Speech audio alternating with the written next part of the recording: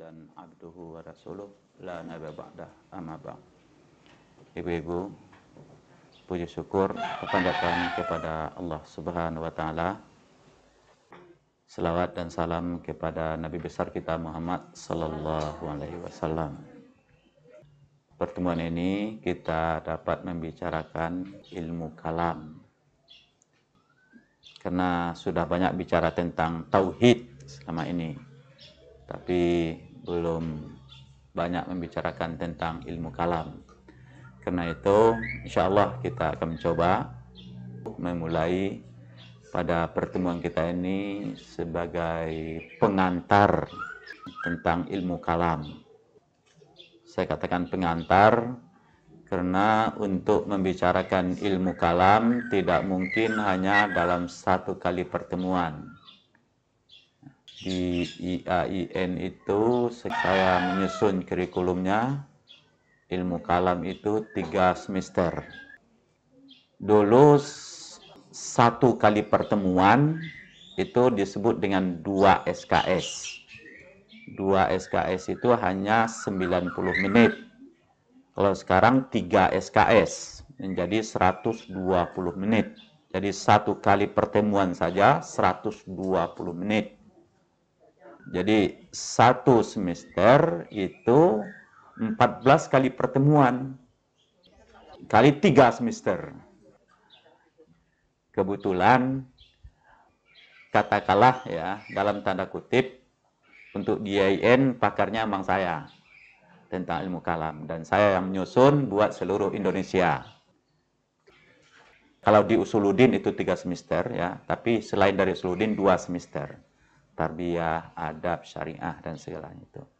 Karena ilmu kalam itu sesungguhnya merupakan salah satu dari kajian ilmu Islam klasik. Kita kan kenal ada kajian fikih. Fikih itu kan luas sekali kajiannya. Kita kenal misalnya ada 4 fikih, Hanafi, Maliki, Syafi'i, dan Hambali. Kemudian kalau Syiah itu ada Zaidi, ada Ismaili, dan ada Ja'fari. Fikih Syiah tidak banyak dikenal. Dan kebetulan Alhamdulillah saya mendapat beberapa kiriman fikih Ja'fari itu dari kedutaan Iran. Yang kita coba juga perkenalkan lebih banyak di IAIN itu. Jadi salah satu kajian Islam klasik itu fikih. Dan yang kedua adalah ilmu kalam tadi itu.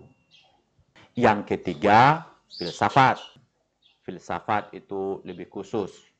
Orang-orangnya Kang Jalal itu orang yang sangat senang dengan filsafat itu. Atau seperti Nur Khalis Majid. Dan setelah itu, kajian Islam klasik yang keempat, tasawuf. Dan tasawuf sudah banyak kita pelajari. Tokoh-tokoh kalau dari filsafat dan tasawuf itu umumnya adalah dari orang Syiah. Dan jadi tokoh-tokoh filsafat itu lebih banyak dari Syiah. Tokoh-tokoh tasawuf juga lebih banyak dari Syiah. Sampai sekarang, tokoh filsafat sampai sekarang lebih banyak dari dunia Syiah. Dan tasawuf pun lebih banyak dari dunia Syiah. Kalau dari Sunni sekarang tidak terlalu banyak. Kita kembali kepada ilmu kalam. Ini ada beberapa nama. Ada yang menyebut dengan ilmu tauhid. Pelajaran kan selama ini kita belajar ilmu tauhid. Sesungguhnya itu termasuk bagian dari ilmu kalam. Atau juga istilahnya itu dengan ilmu usuluddin. Itu sebabnya di IAIN ada fakultas usuluddin. Dan kebetulan dipercayakan kepada saya sekarang memimpin fakultas usuluddin itu. Saya dekan sekarang di fakultas usuluddin. Jadi disebut dengan ilmu usuluddin.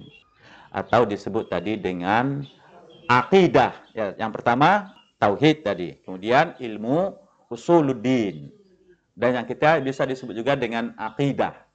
Kan kita belajar ada akidah dan ada syariah kan gitu kan. Jadi biasa disebut dengan akidah, sama itu. Ilmu akidah. Dan juga disebut dengan ilmu kalam ini. Dan nanti ya kita jelaskan perbedaan-perbedaannya. Tapi pembahasannya itu sama. Apa ilmu kalam. Kalau di bahasa barat dan juga sudah populer dalam bahasa Indonesia, disilahkan sekarang dengan teologi. Theo itu artinya Tuhan, logos itu ilmu. Jadi ilmu yang berkaitan masalah ketuhanan. Jadi itu istilah-istilah dari ilmu itu. Namun demikian, ada perbedaan-perbedaan.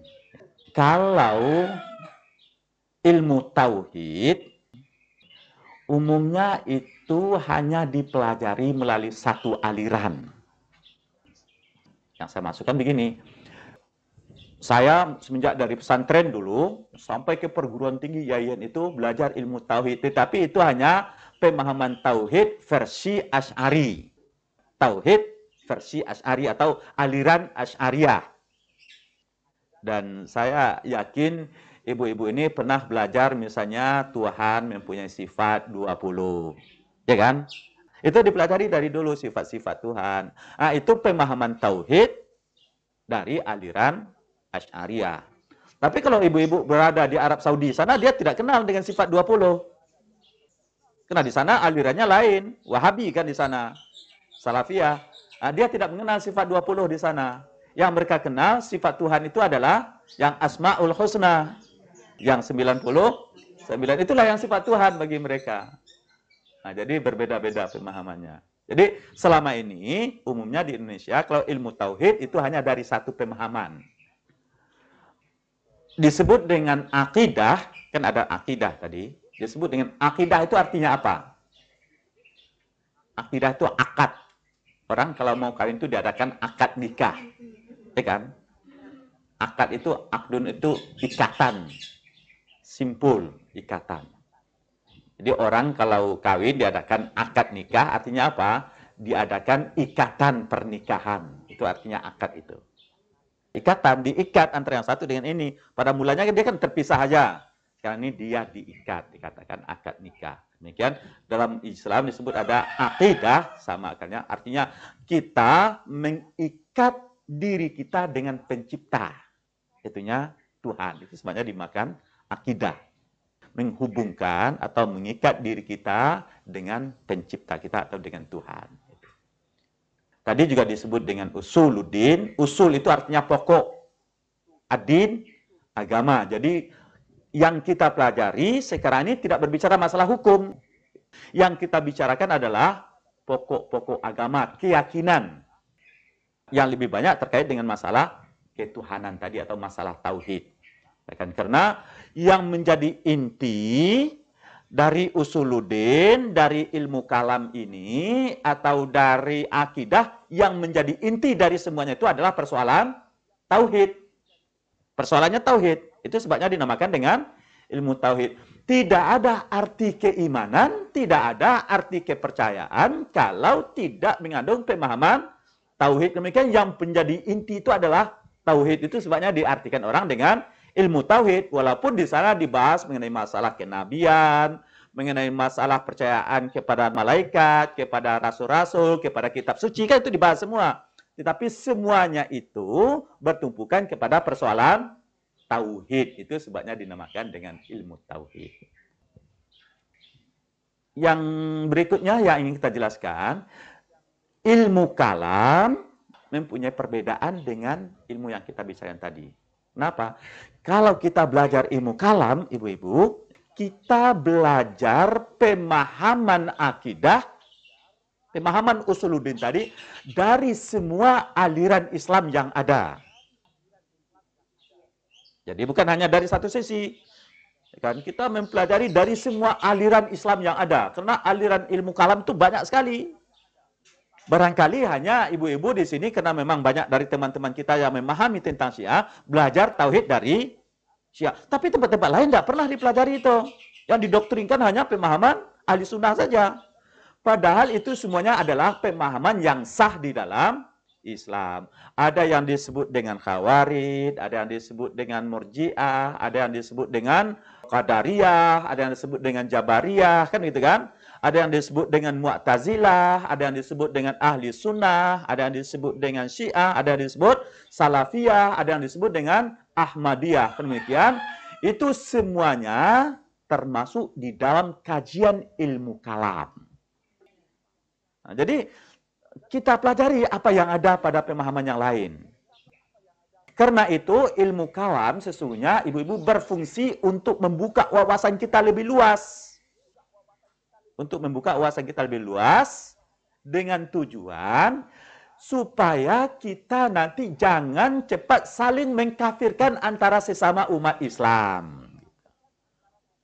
Kita kan sekarang ini sesama umat Islam aja tidak toleran. Mengkafirkan teman sendiri coba aja, dianggap tidak teman. Tetapi dengan agama lain bisa berangkulan. Ya kan, bisa berpelukan, tetapi sesama umat Islam tidak mau. Malah mau saling membunuh. Kenapa? Karena kesempitan wawasan kita tentang Islam selama ini. Coba aja ibu-ibu bayangkan itu, selama ini umat Islam kita di Indonesia menganggap itu Syiah sebagai musuh bagi Islam, kan aneh itu. Aneh itu. Padahal perjuangan Syiah itu sudah begitu besarnya. Saya bilang tadi tokoh-tokoh filsafat dan tasawuf itu kalangan mereka yang mengembangkan Islam ke dunia luar. Tapi kita selalu aja menganggap musuh. Dengan agama lain kita bisa berbaik-baik. Kan aneh itu. Kenapa? Karena kurangnya pemahaman atau pengetahuan kita selama ini antara sesama umat Islam. Peranan ilmu kalam sesungguhnya. Demikian, lagi-lagi saya bilang ilmu kalam itu sangat luas karena kita harus melihat pemahaman dari semua aliran. Kenapa, ibu-ibu? Karena kesemuanya ini tetap berpegang kepada Al-Quran. Semuanya tetap berpegang kepada Al-Quran. Tanya pada orang Syiah, ada enggak Al-Quran yang lain daripada Al-Quran kita? Enggak ada. Tanya sama Mu'tazilah, ada enggak Quran yang berbeda? Enggak. Tuhan kita sama, Al-Quran kita sama, Nabi kita sama, haji kita sama, kok saling mengkafirkan, saling salah menyalahkan. Inilah peranan dari ilmu kalam yang kita pelajari. Ibu-ibu, karena saya katakan ini pengantar tadi, nanti kita akan melihat dengan kondisi masyarakat kita yang sedang terjadi di sini. Yang sedang terjadi di Indonesia. Sesungguhnya persoalan ilmu kalam ini muncul pertama sekali karena persoalan politik. Persoalan politik pertama sekali munculnya. Mari kita lihat. Persoalan politik. Setelah Nabi meninggal kan sudah terjadi perpecahan kalangan umat Islam itu. Antara Muhajirin dan Ansar. Kemudian naik Abu Bakar. Kemudian naik Umar, kemudian naik Utsman, kan gitu kan. Kemudian Ali. Waktu Utsman terbunuh, Utsman kan terbunuh, karena dia menjadi khalifah sudah usia lanjut, usia tua, sudah lebih 70 tahun, dan bersifat nepotisme juga. Kan ngangkat keluarga-keluarganya. Utsman itu, ibu-ibu, jasa yang terbesar adalah yang kita kenal dengan Mushaf Utsman yang ada sekarang itu. Dia seorang ulama besar. Dan kekayaannya dipergunakan untuk kepentingan umat. Utsman itu sudah kaya, masih dagang kerjanya. Jadi khalifah sudah dagang. Diprotes orang. Wah, Utsman, kenapa kamu begini? Karena banyak orang-orang miskin yang perlu saya bantu, kata Utsman. Hartanya dipergunakan untuk kepentingan umat. Tidak untuk kepentingan keluarga. Tidak memikir 7 anak keturunan. Tidak. Utsman waktu masih hidup tidak pernah membuat kuburan buat dia. Ya, enggak ada itu. Ini kuburan tuh anak keturunan sudah dibikin. Hanya saja, ibu-ibu, karena Utsman sudah usia lanjut, ya kan? Dan ini keluarga-keluarganya memang orang-orang yang berpengalaman, orang-orang pintar semua. Kan wajar itu. Karena dia orang pintar, mempunyai ambisi untuk menduduki jabatan-jabatan. Demikian diangkatlah oleh Utsman. Diturunkanlah orang-orang yang diangkat oleh Umar dulu. Gubernur-gubernur yang diangkat oleh Umar, diturunkan, diganti dengan keluarganya. Akhirnya ada orang tidak senang. Akhirnya Utsman terbunuh. Naik Ali bin Abi Thalib. Waktu Ali naik, ada satu orang gubernur yang diangkat oleh Utsman. Dan malah keluarga Utsman, yaitunya Muawiyah. Ini kan sudah sering dibicarakan itu. Muawiyah kan, yang berada di Damaskus atau di Syam, sekarang di Syria sekarang itu. Kan dia keluarga Utsman. Waktu Ali naik, Muawiyah tidak mau mengakui kekhalifahan Ali. Kata Muawiyah, wahai Ali, saya mau mengakui kekhalifahan engkau kalau engkau serahkan kepada saya siapa pembunuh Utsman. Ini kata Muawiyah, dia kena keluarganya. Jadi saya akui engkau khalifah, tetapi serahkan terlebih dulu pada saya. Siapa yang membunuh Utsman? Kata Ali, akui dulu saya sebagai khalifah, baru nanti saya serahkan kepada engkau. Bisa ketemu enggak ini? Yang pertama, serahkan dulu pada saya akui engkau. Yang kedua, akui dulu saya, baru saya serahkan. Enggak bisa ketemu, ini jalan buntu.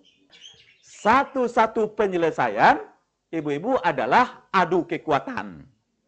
Kan gitu, enggak ada jalan lain. Adu kekuatan, akhirnya terjadilah peperangan antara pasukan Muawiyah dengan pasukan Ali. Pasukan Ali sudah hampir menang. Kemenangan sudah hampir di tangan.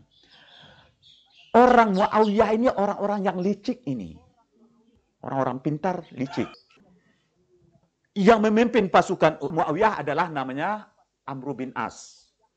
Ini seorang diplomat hebat. Hebat itu.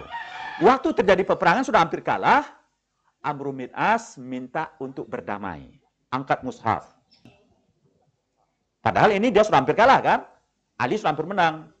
Ali mulanya tidak mau terima itu. Karena Ali tahu benar kelicikan dari Muawiyah dan Amr bin As ini. Ini orang licik, ini jelas tidak bisa ini. Tetapi sebahagian dari pasukan Ali mendesak. Wahai Ali, terima perdamaian itu. Al-Quran mengajak engkau berdamai, tapi engkau mengajak untuk berperang, kata pasukan Ali.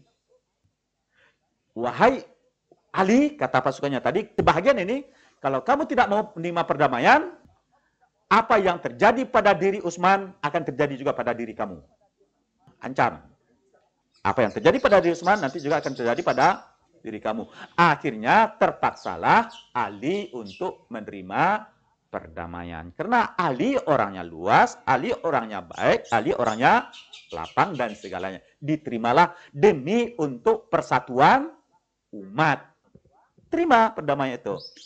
Kemudian berunding. Berundinglah Amr bin As, wakil dari Muawiyah, dengan wakil dari Ali. Ali sebenarnya mengusulkan untuk wakilnya ini adalah Ibnu Abbas. Ibnu Abbas orang yang baik. Tapi pasukan tadi tidak mau. Oh, tidak bisa. Ibnu Abbas adalah keluarga kamu, wahai Ali. Tidak bisa. Karena demikian, diutuslah Abu Musa al-Asy'ari. Terjadi perundingan. Di sini nanti kita akan melihat persoalan ilmu kalam atau teologi ini, Ibu-ibu. Terjadi perundingan. Putusan dalam perundingan itu diputuskan Ali dan Muawiyah yang berseteru dicopot dari jabatannya. Kedua-duanya diturunkan dari jabatannya dan nanti untuk pemilihan penggantinya diserahkan kepada umat Islam. Itu kan bagus sekali itu. Itu keputusan dari yang berdua yang berunding tadi. Ali dan Muawiyah yang berseteru diturunkan dari jabatan dan sebagai penggantinya diserahkan kepada umat Islam untuk memilihnya. Diterima. Diumumkanlah terlebih dulu oleh wakil Ali, yaitu Abu Musa al-Asy'ari. Keputusan dalam perundingan adalah bahwasanya Ali dan Muawiyah diturunkan dari jabatan. Diterima secara aklamasi. Dengan demikian Ali jatuh atau tidak? Jatuh. Kemudian wakil dari Muawiyah naiklah Amr bin As. Apa kata Amr bin As? Saya setuju dengan kejatuhan Ali, tetapi tidak setuju dengan kejatuhan Muawiyah. Ini liciknya dia. Curangnya di sana. Akhirnya bagaimana? Tentu saja dengan kasus seperti itu ada dari pasukan Ali yang tidak senang. Karena keputusan demikian, pasukan Ali tidak senang. Akhirnya ibu-ibu, dari pasukan Ali yang tidak senang tadi, padahal malah tadi dia yang mendesak untuk berunding, kemudian dia tidak puas dengan hasil perundingan itu, dia berbalik kepada Ali. Padahal tadi dia yang mendesak, dia berbalik. Wahai Ali, engkau ini benar-benar seorang pimpinan umat atau tidak? Engkau ini benar-benar seorang imam atau tidak? Kan begitu. Wahai Ali, kalau engkau benar-benar seorang imam, kenapa tidak engkau yang berunding? Kan begitu. Kenapa Anda utus orang lain untuk berunding? Kan seharusnya kalau engkau orang pintar, engkau sendiri yang berunding. Kalau engkau tidak orang pintar, wahai Ali, kenapa engkau suruh kami tadi berperang? Kalau engkau tidak benar-benar ahli dalam imam. Kenapa engkau suruh? Kan sia-sia menyuruh orang berperang. Demikian dia tidak puas dengan keputusan itu, keluarlah dari barisan Ali bin Abi Thalib.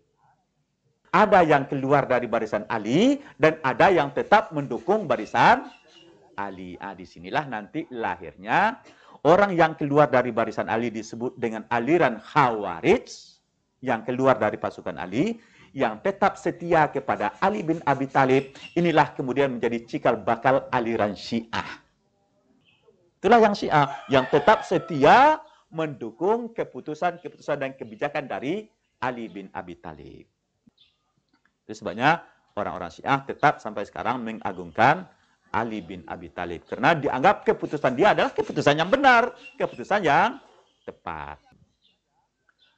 Syiah dan Khawarij. Khawarij itu dari kharaja, orang yang keluar dari barisan Ali.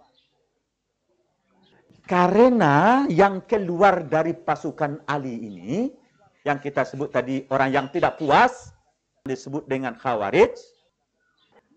Karena dia tidak puas, akhirnya dia membuat kelompok sendiri. Membuat kelompok sendiri. Setelah membuat kelompok sendiri, kemudian dia menuduh bahwasanya Ali, Muawiyah, Amr bin As, dan Abu Musa al-Asy'ari, keempat-empat orang ini sudah kafir dan keluar dari ajaran Islam. Dianggap kafir orang itu. Karena keempat orang ini kafir, keempat-empatnya wajib dibunuh. Demikian menjadi ninja-ninja Islam. Orang-orang Khawarij itu. Itulah kemudian yang membunuh Ali bin Abi Thalib. Jadi dari kelompok Khawarij. Coba ibu-ibu lihat. Kalau tadi kan kita bicara politik kan. Terbunuhnya itu. Sekarang ini sudah berbicara tentang persoalan kafir. Persoalan iman. Siapa orang yang dikatakan kafir? Siapa orang yang dikatakan iman? Persoalan kafir, persoalan iman, ini persoalan politik atau tidak? Tidak, ini tidak persoalan politik lagi. Ini sudah persoalan keimanan, keyakinan ini. Akidah itu. Siapa orang yang kafir? Siapa orang yang beriman? Bagi orang Khawarij, setiap orang yang tidak sesuai dengan kebijakan dia, yang tidak sesuai dengan pendapat dia, dianggap kafir. Bahkan kalau tidak masuk ke dalam kelompok dia, dianggap kafir. Setiap yang berbeda dengan dia, sudah kafir semua. Kalau tidak masuk kelompok dia, kafir, wajib dibunuh. Karena itu, ibu-ibu, banyak sekali terjadi pembunuhan-pembunuhan terhadap ulama-ulama dan segalanya tadi. Latar belakangnya sedikit kita jelaskan. Ini ingin kita sentuh supaya kita melihat akar permasalahan umat Islam sampai sekarang. Selesai-selesainya. Secara kasarnya ini Laut Merah, ini Jazirah Arab, ini kira-kira Persia, di sini bagian utara, ya kan? Ini ada selatan, dan ini bagian utara, ini Madinah, Jeddah kan di sini. Ini di sini Mesir kan? Secara kasarnya, ini adalah Jazirah Arab. Ini Arab bagian utara, ini Arab bagian selatan. Kita kalau tahu secara geografi, ibu-ibu, dahulu sebelum Islam daerah selatan ini daerah subur ini. Kan dulu ada kerajaan-kerajaan besar. Kita kenal dengan Ratu Bilqis. Daerah Yaman sekarang, Yaman utara dan selatan itu daerah Ratu Bilqis dulunya. Negara yang disebutkan Baldatun, Taibatun, Warabun, Ghafur itu di sini. Yang dalam Al-Quran itu. Yang dipimpin oleh seorang perempuan yang baik sekali, yang pintar sekali. Ini, negara Baldatun, Taibatun itu ini. Beberapa orang nabi lahir di sini. Banyak nabi yang lahir di sini. Daerahnya adalah daerah pertanian. Kan ada bendungan besar, Maghrib yang hancur itu dulu kan. Karena itu, daerah bagian selatan ini sebelum Islam sudah mempunyai daerah orang yang sudah mempunyai kebudayaan yang tinggi. Mempunyai daerah latar belakang budaya yang tinggi. Daerah utara ini daerah tandus. Padang pasir. Kehidupan umatnya berpindah-pindah. Mengembalakan ternak dan segalanya. Daerah padang pasir. Gersang. Dahulu waktu Nabi masih hidup, Ali itu sering sekali memimpin perang itu. Jadi komandan perang. Diserahkan oleh Nabi kepada Ali. Ali pernah memimpin perang ke bagian utara dan pernah memimpin perang ke bagian selatan. Kedua daerah ini ditaklukkan oleh Ali. Kemudian setelah Nabi, Abu Bakar, Umar, dan Utsman, kemudian kan Ali. Waktu Ali menjadi khalifah, orang yang utara dan orang yang selatan ini mendukung Ali. Mendukung kedua-duanya. Karena memang sudah kenal dengan Ali kan. Jadi bagian utara dan bagian selatan mendukung Ali. Tapi kemudian setelah terjadi perundingan, yang kita bicara tadi, antara Ali dengan Muawiyah, terjadi perundingan, kemudian Ali dikalahkan dalam perundingan itu dengan kelicikan dari Amr bin As, kelicikan Amr bin As.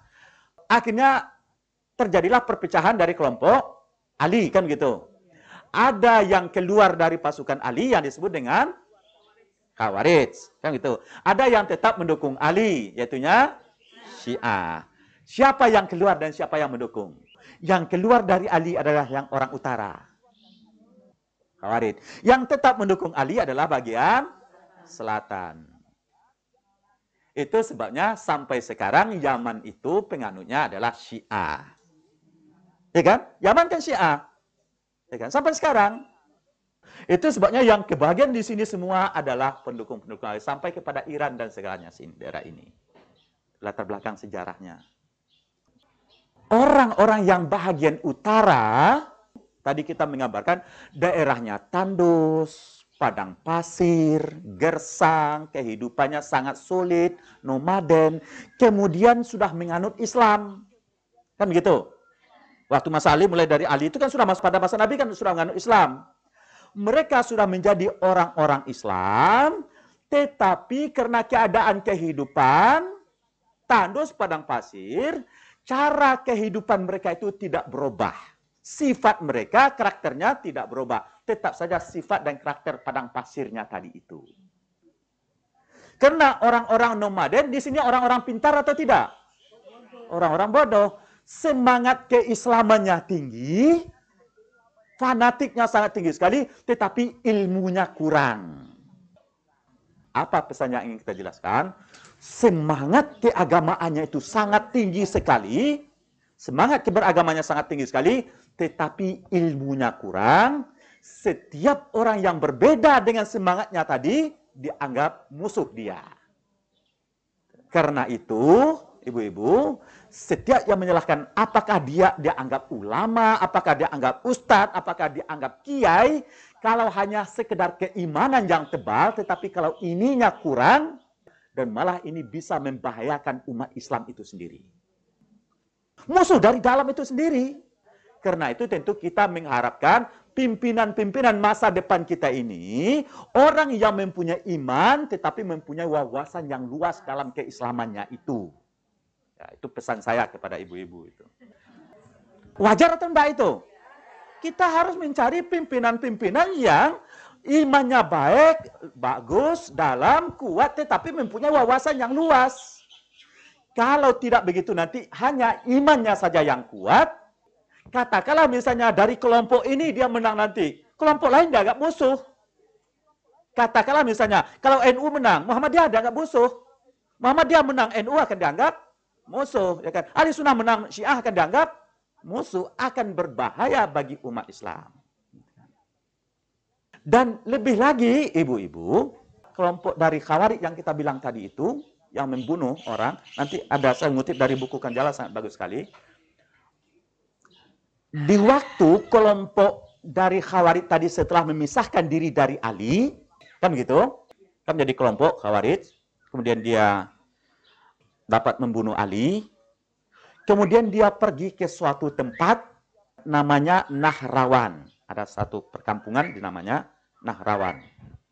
Waktu di dalam perjalanan dari Madinah ke Nahrawan, di dalam perjalanan mereka melihat seorang yang sedang melarikan diri. Ada orang yang melarikan diri. Kemudian orang-orang Khawarij tadi berhasil menangkap mereka. Tangkap. Setelah ditangkap, diinterogasi. Engkau siapa? Kenapa melarikan diri?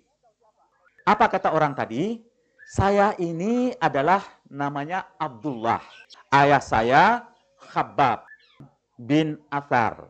Dan ayah saya adalah salah seorang dari sahabat Nabi. Ini kata orang yang diinterogasi tadi. Diinterogasi oleh orang Khawarij. Karena ayahnya seorang sahabat Nabi, apa kata orang Khawarij tadi? Oh, kalau begitu, coba engkau ceritakan kepada saya, kata orang Khawarij tadi. Apa yang pernah diceritakan oleh Nabi kepada ayah kamu? Itu kamu pernah mendengar dari ayah kamu, kan begitu kan? Apa yang diceritakan oleh ayah kamu pada Nabi? Apa? Mudah-mudahan katanya, nanti kami orang-orang Khawarij ini bisa mengambil manfaat dari apa yang diceritakan, apa yang diperoleh dari ayah kamu tadi. Kemudian dikatakan begini, kata Abdullah, ayah saya pernah mendengar dari Rasulullah begini. Rasulullah pernah berkata, kata ayah saya, bahwa nanti akan terjadi fitnah setelah Nabi wafat. Waktu itu hati orang mati seperti mati tubuhnya. Tubuh kita kan tidak bergerak kalau mati, hati orang nanti juga akan mati setelah itu. Itu yang pernah didengar oleh ayah saya dari Nabi. Pagi harinya dia muslim, sore harinya dia kafir.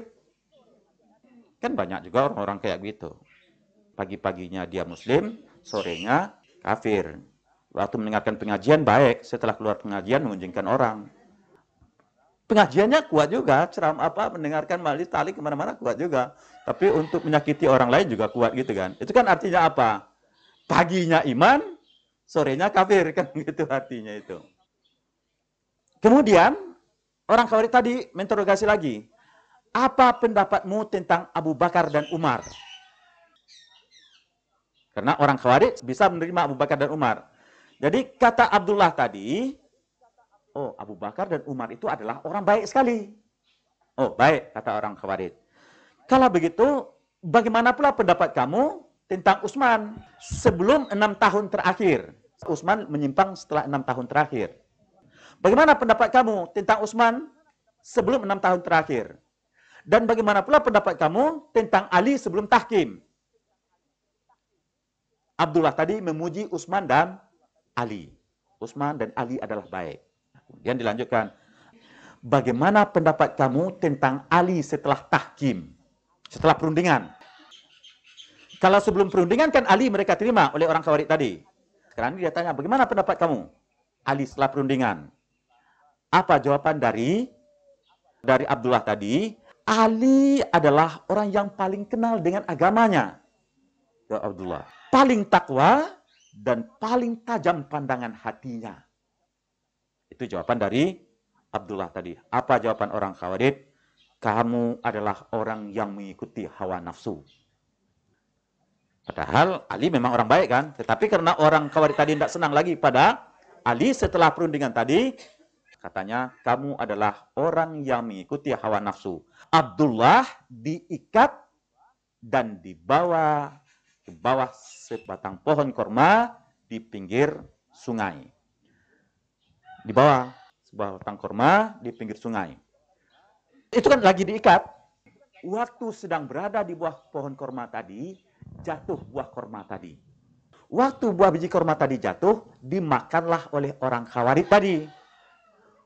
Orang Khawarij tadi makan buah korma itu. Waktu dia sedang makan, ingat dia. Wah, saya ini bukan punya dia, hak orang lain. Kemudian dia cari siapa yang mempunyai korma ini, kemudian dia minta maaf kepada orang itu. Baik sekali kan orang Khawarij itu. Kan dia minta maaf.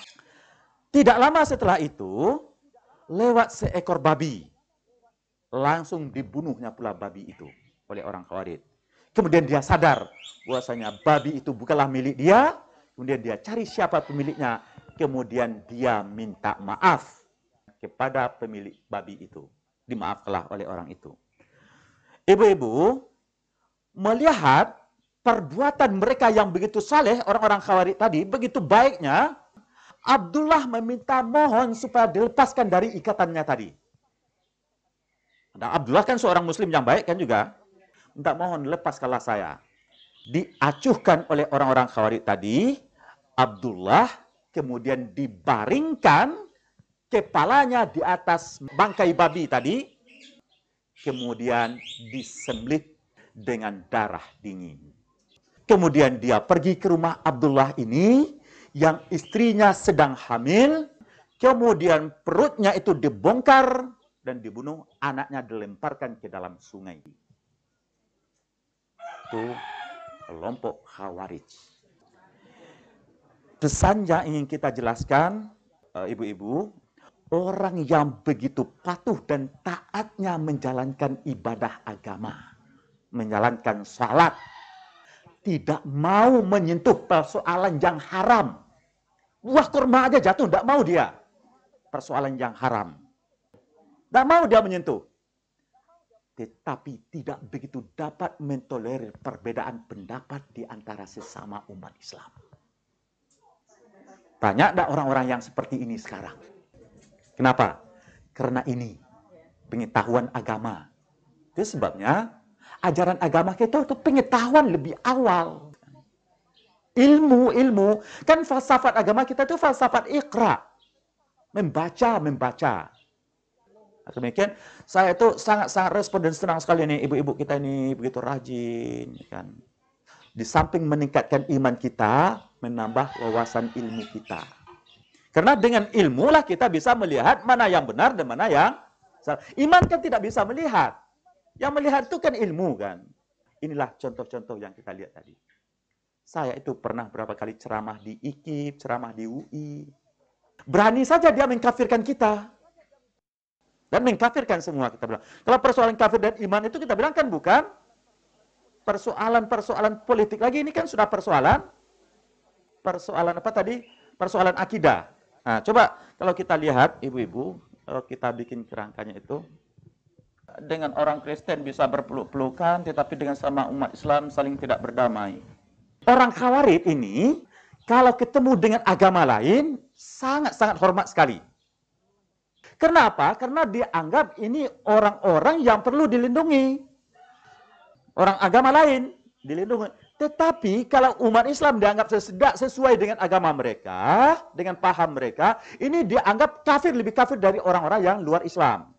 Karena membahayakan bagi mereka, kata mereka. Jadi kalau kita bikin gambar, kalau kita kan selama ini kan kira-kira begini, ibu-ibu. Kita kalau di sini kan dianggap muslim semua, di dalam lingkaran kan. Siapapun lingkaran yang kafir kita anggaplah yang di luar gini kan kita, kira-kira begitu. Ya, tidak ini kan kita anggap kafir lah gitu ya, yang non muslim. Yang muslim asalkan dia di dalam lingkaran ya muslim semua kan kita begitu kan. Ya sudah percaya pada Tuhan, sudah kepada Nabi Muhammad, kan? Itu kan semuanya sudah muslim bagi kita. Bagi Khawarij tidak begitu. Ini kafir. Juga memang, tetapi di sini ada lagi muslim seperti ini, muslim, tapi ada muslim kafir. Ada istilahnya. Ini kan di dalam lingkaran nih. Jadi walaupun di dalam lingkaran gitu, di dalam lingkaran, kalau tidak cocok dengan pendapat dia ini kita bilang dianggap muslim pura-pura tetapi sungguhnya kafir. Ini lebih berbahaya. Demikian wajib dibunuh. Yang di dalam lingkaran ini juga dianggap kafir dan ini yang lebih berbahaya. Kalau yang di luar saya bilang malah dia lebih hormat.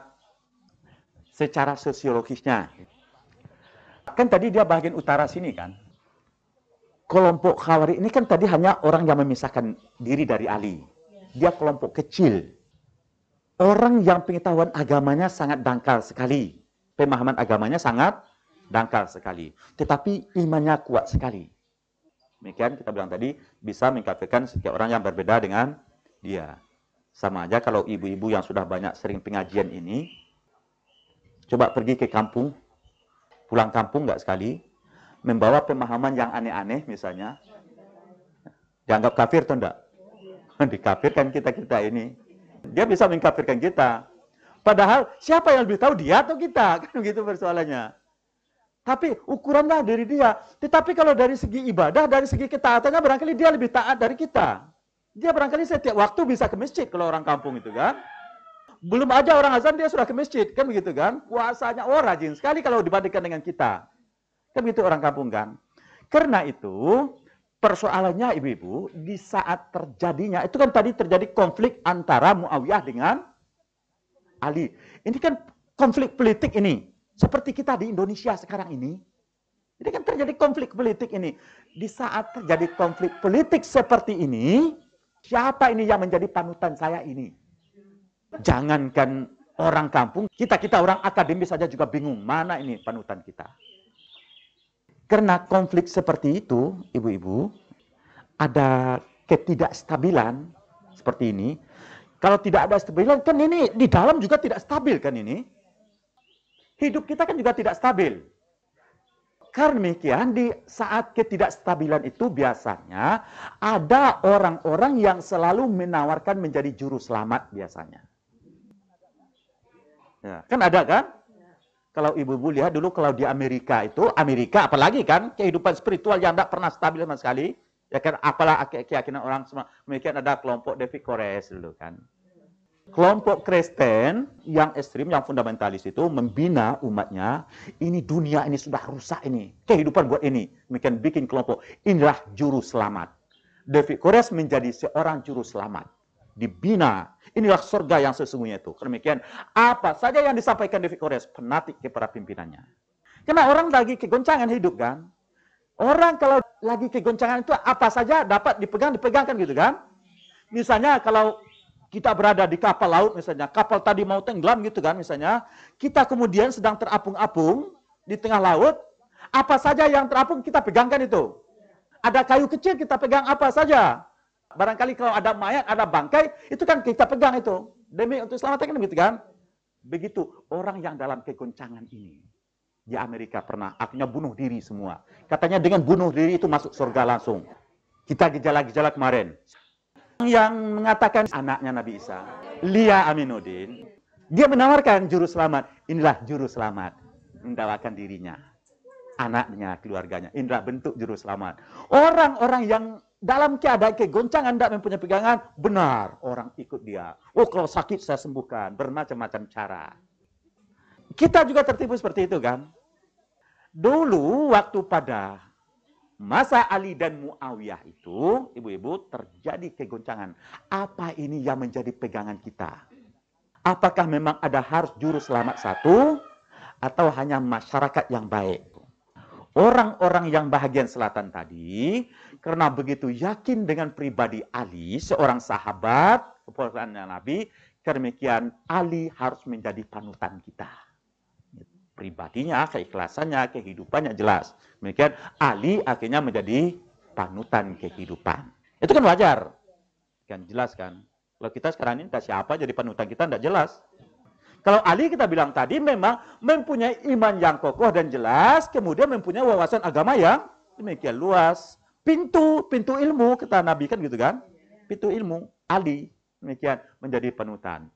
Orang yang bahagian utara, karena semuanya adalah orang-orang Badawi, orang-orang kampung, tidak ada yang menjadi panutan bagi mereka.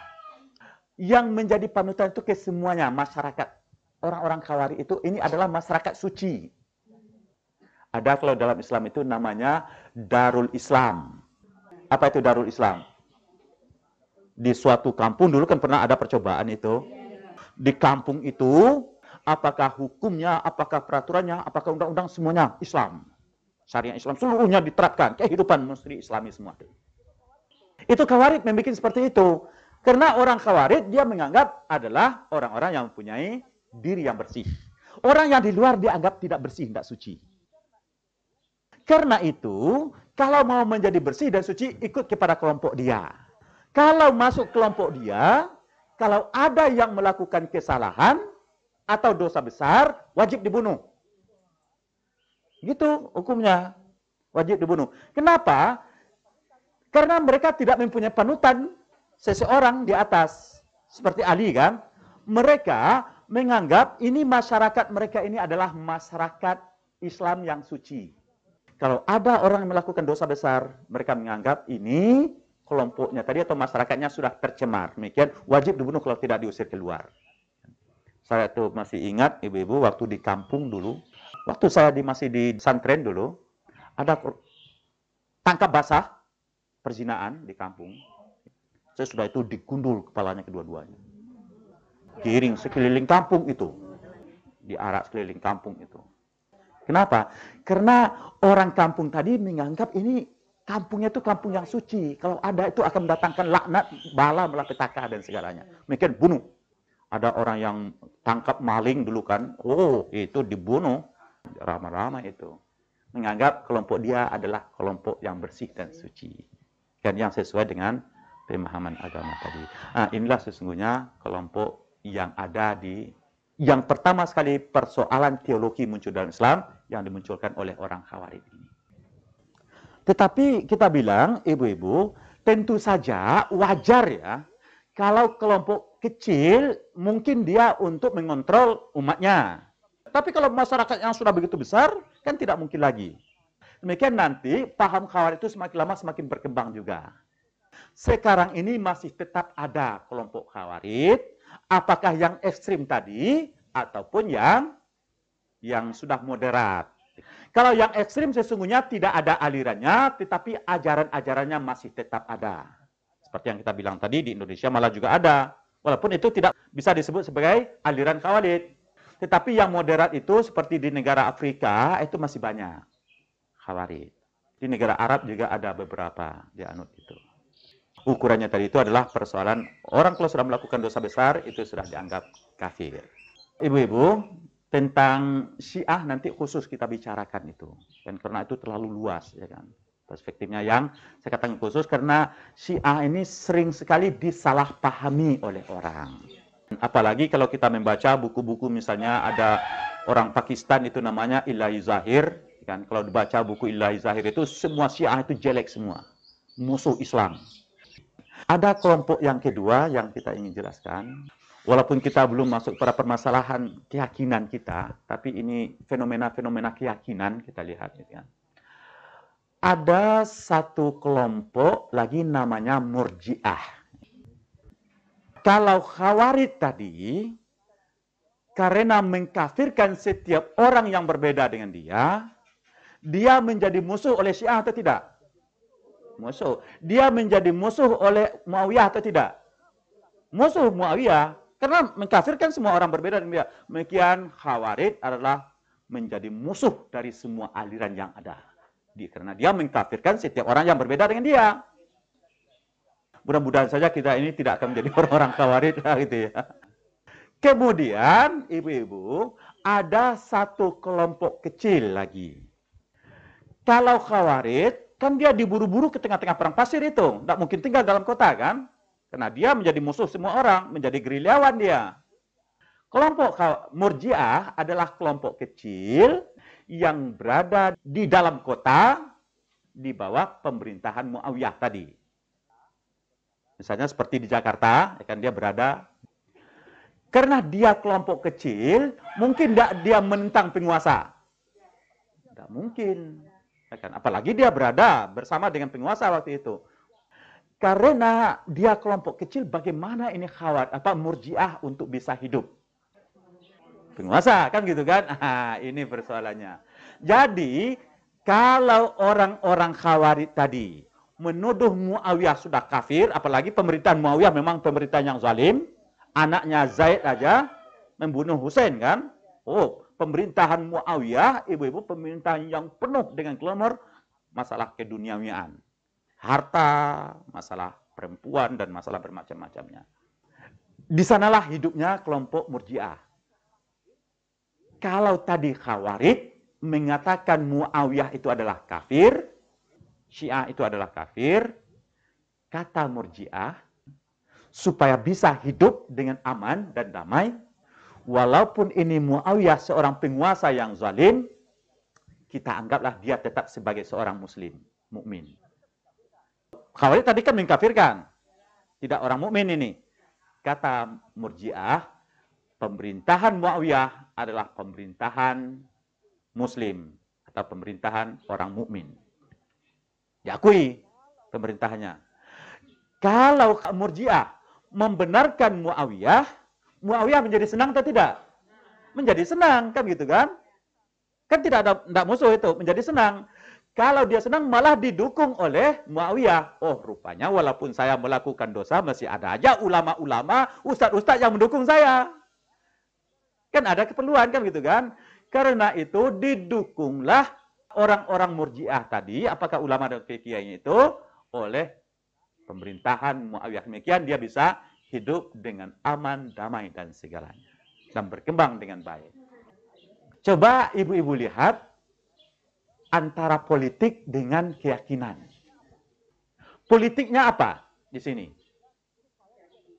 Politiknya supaya dia bisa survive, hidup.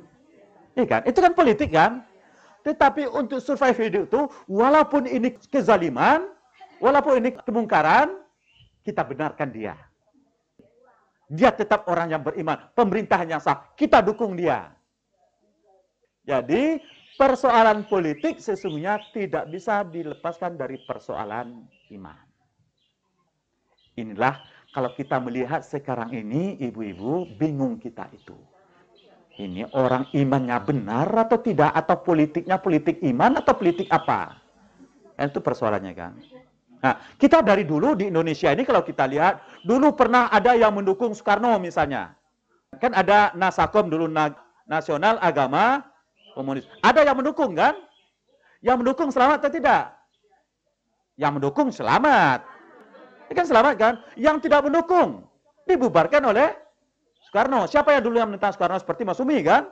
Dibubarkan karena tidak mendukung. Dianggap Soekarno sudah tidak benar.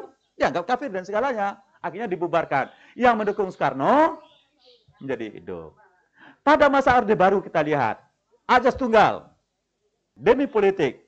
Bagaimana? Ya kita benarkan aja, tidak apa-apa. Kalau perlu kita dukung. Demikian. Makanya dulu sebelum pemilihan umum, sebelum ada apa-apa, kita dukung Pak Harto. Kenapa mendukung? Karena ada kepentingan di sana.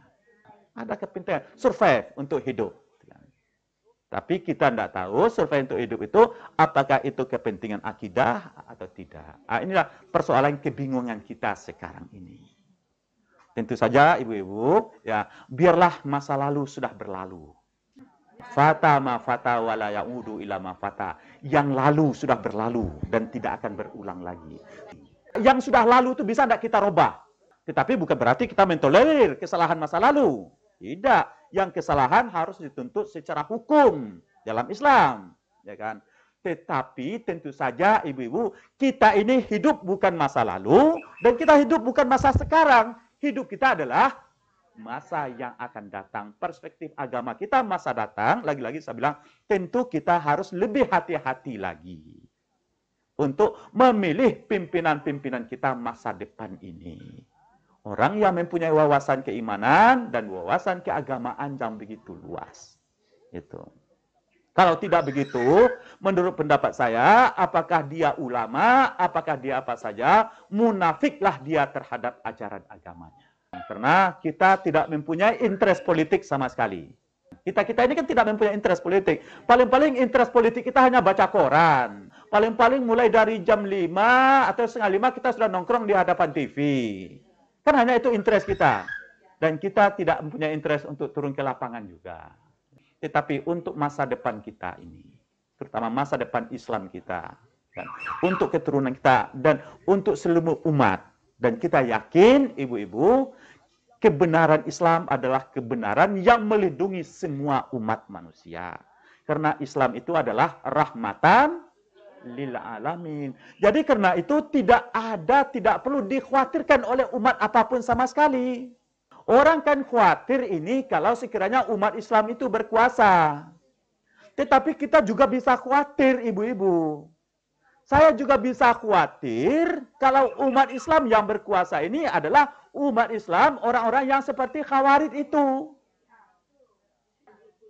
Orang-orang yang seperti Khawarij atau orang-orang yang hanya seperti Murji'ah, hanya sekedar mendukung kebijakan penguasa, tidak berani untuk menyatakan yang benar itu adalah benar, yang salah itu adalah salah. Demikian, kalau saya kadang-kadang juga sering keras begini, ibu-ibu. Sebenarnya Pak Harto itu tidak boleh dia nanggung dosanya sendiri itu. Ulama-ulama juga ikut mendukung dosanya itu. Kenapa? Karena dengan kesatuan-kesatuan tekad dari ulama-ulama dulu itu, dan saya yakin juga itu kalau misalnya ulama-ulama tidak mendukung dia dari dulu lagi, dia juga tidak mau kan. Tapi karena didukung terus oleh ulama, pernyataan-pernyataan tekad ulama, satu-satunya presiden kita, Pak Harto. Demikian sesungguhnya juga ikut dari dosa ulama itu sendiri. Tetapi sesungguhnya saya itu sangat-sangat simpatik sekali, ibu-ibu, dengan pernyataan Nur Khalis Majid itu. Dan pernyataannya itu, kita seorang ulama tidak boleh datang ke istana. Kan pernah dia nyatakan gitu kan? Kita tidak boleh datang ke istana. Kecuali kalau kita diundang, dia meminta nasihat kepada kita. Boleh kita datang ke sana, tetapi kita tidak boleh datang menjilat ke istana. Ini kan selama ini datang menjilat ke istana kan? Kalau dapat mencium tangan Pak Harto tuh senang sekali dia. Kok ulama mencium tangan Pak Harto kan aneh itu. Iya kan? Mana yang sesungguhnya yang lebih tinggi antara umara dengan ulama? Ulama itu lebih tinggi sesungguhnya dari umara, gitu kan? Karena ulama ini dia enggak benar-benar salah-salah kan begitu. Kenapa kok harus menjilat kepada penguasa? Kalau benar ya kita dukung. Tapi kalau tidak benar jangan diiyakan juga gitu. Saya kira itulah gambarannya dalam kajian-kajian teologi itu, ibu-ibu, bukan hanya sekedar keyakinan kita kepada Tuhan seperti ini, tetapi keyakinan teologi sangat terkait dengan persoalan politik, persoalan kehidupan umat ini. Karena itu, ya barangkali ini tidak ada pentingan bagi ibu-ibu, tapi saya menyampaikan, karena saya lagi-lagi saya ulang, dipercayakan untuk memimpin Fakultas Solahuddin sekarang ini, saya tahun depan ini menambah 2 jurusan. Yang pertama jurusan sosiologi agama. Karena sekarang ini yang banyak berbicara dalam konteks-konteks sosiologi ini kan orang-orang umum. Ada yang kedua, jurusan pemikiran politik dalam Islam. Kerangkanya itu, ibu-ibu, karena perjalanan Islam ini perjalanan politik dari dulu itu sampai sekarang tidak bisa dilepaskan. Coba aja tuh persoalan politik di Syiah kan. Bagaimana keyakinan orang Syiah tidak boleh kompromi dengan penguasa yang zalim. Itu kan suatu keyakinan kan. Dan keyakinan berkaitan dengan kehidupan. Orang Syiah itu dia konsisten dari awalnya, ibu-ibu, tidak boleh kompromi dengan penguasa yang zalim. Itu tegas itu. Kalau tidak mampu untuk melawan penguasa yang zalim, kita boleh takyah dulu. Takyah itu apa? Kita bergerak di bawah tanah, kan itu istilahnya takyah itu. Kalau tidak mampu, kalau sudah kuat nanti baru kita muncul. Tapi takyahnya itu seperti api di bawah sekam gitu kan. Dia bergerak itu. Itu kalau kita lihat perjuangan Syiah itu kan konsisten dari segi itu. Karena itu kita bilang, sesungguhnya bagaimana refleksi politik kita itu tergantung kepada keyakinan di dalam itu. Apalagi sekarang ini begitu banyak partai politik Islam, kita lihat ormas-ormas Islam, mereka ini sebagian besar tidak mempunyai pendidikan politik Islam itu. Dan saya kadang-kadang malu mendengar, itu kalau kita dengar di televisi itu ada dialog partai-partai kan. Kalau ditanya pimpinan partai itu, kamu nanti siapa calon presiden kamu? Dia tidak punya. Seharusnya kalau di luar atau di mana-mana, itu pimpinan partai itu sesungguhnya orang yang siap untuk jadi presiden kan begitu. Iya kan? Dia orang yang siap itu, pimpinan partai, coba aja kalau di mana-mana. Dia pimpinan partai itu orang yang siap untuk jadi presiden gitu. Yang siap menjadi pimpinan umat. Tapi kalau ditanya, ya kamu nanti kalau partai kamu menang, siapa calon presiden kamu? Belum terpikir. Kok belum terpikir calon presiden gitu kan? Nanti diumumkan, ya kan? Kenapa? Nanti kalau partai saya menang, saya yang jadi presiden kan harusnya begitu. Kenapa? Seperti yang saya bilang tadi, tidak banyak yang turun ke partai politik, tidak pernah yang turun kepada ormas-ormas Islam mempunyai wawasan politik Islam itu. Jadi akan didirikan semacam fisiknya Islam nanti, ya kan, di sosial politik Islam itu. Dan ini memang sudah sangat mendesak sekali adanya pendidikan-pendidikan politik, nanti bisa turun ke menjadi wartawan atau menjadi apapun semua. Ibu-ibu, saya katakan tadi ini hanya merupakan pengantar ya dalam ilmu kalam. Karena memang lahirnya ilmu kalam itu sendiri tidak bisa dilepaskan dari persoalan politik awal dari umat Islam. Dari persoalan politik inilah nanti baru kita mengkaji persoalan-persoalan ilmu kalam atau persoalan akidahnya itu. Nanti lahirnya ahli sunnah, lahirnya mu'tazilah dan lain-lainnya itu. Ya, kalau ada pertanyaan dari ibu-ibu, beberapa kita silahkan. Di dalam Al-Quran pun diungkapkan, ada seorang perempuan yang menjadi kepala negara, negaranya menjadi baldatun, taibatun, warabun, ghafur, yaitunya Ratu Bilqis. Tetapi kemudian negara itu menjadi baik setelah dia kawin dengan Nabi Sulaiman itu. Suaminya Nabi Sulaiman.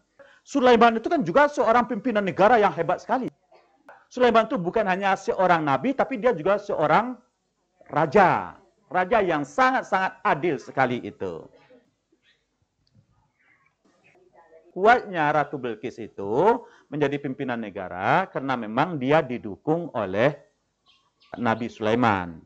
Wanita ini didukung oleh suaminya yang mempunyai wawasan keagamaan yang begitu bagus sebagai utusan Nabi. Boleh saja siapa saja menjadi pimpinan negara, asalkan memang dia mempunyai iman dan wawasan keimanan yang luas.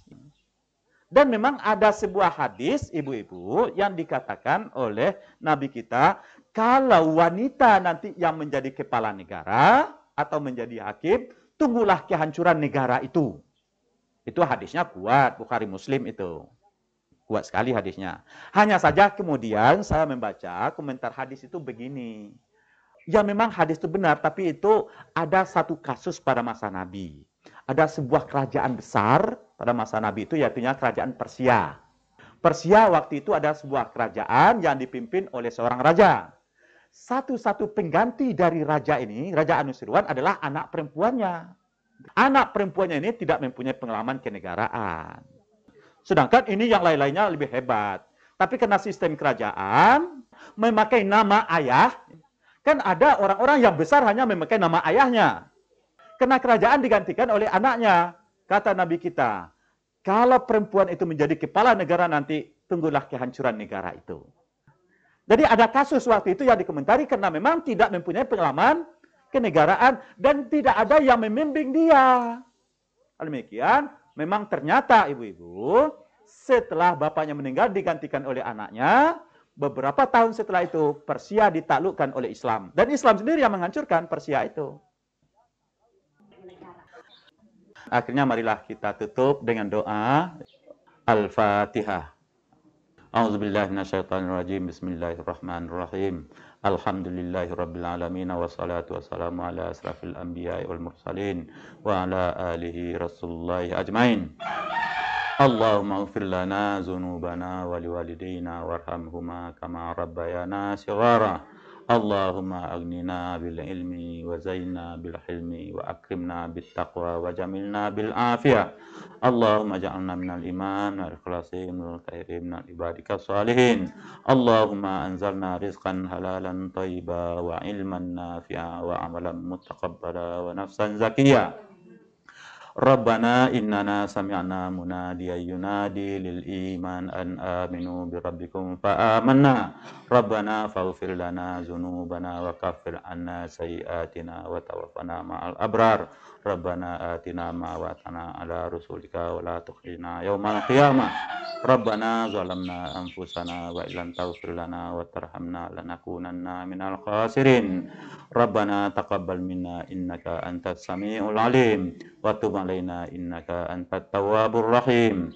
Rabbana atina fid dunya hasanah wa fil akhirati hasanatan wa qina azabannar. Subhana rabbika rabbil izzati amma yasifun wal mursalin walhamdulillahi rabbil alamin.